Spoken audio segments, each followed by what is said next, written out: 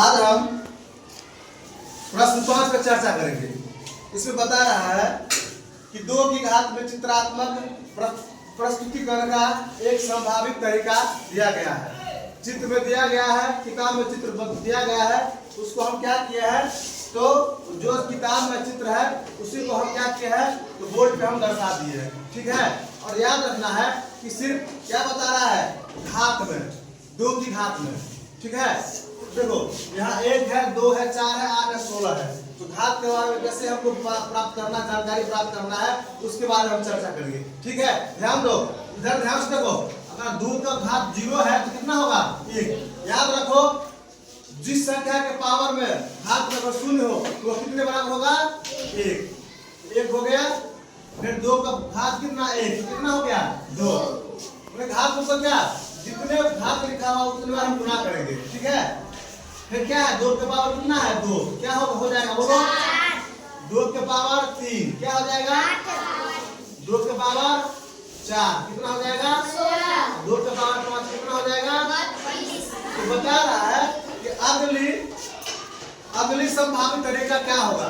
अगर मान लो यहाँ 1 है, 2 है, 4 है, 8 है, 16 है, तो अगली क्या होगी, 32। ध्यान दो कि हम अगर 1 को 2 से गुना किए कितना हुआ, 2 को हम 2 को 2 से गुना करेंगे तो 4, फिर 4 को 2 से गुना करेंगे 8, फिर 8 को 2 से गुना करेंगे 16, फिर 16 को 2 से गुना करेंगे, यही ना अगली संख्या जो होगी क्या होगी, 32। तो 1 में बना हुआ है।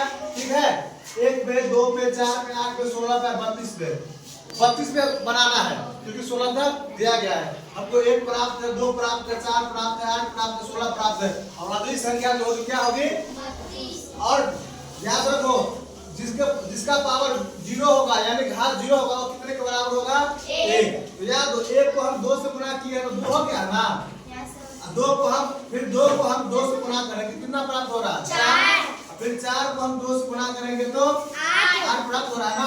फिर 8 को हम गुना करेंगे 2 से तो 16, फिर 16 को हम 2 से गुना करेंगे कितना होगा, यही ना 32 है। तो अगली संख्या जो होगी क्या होगी, 32।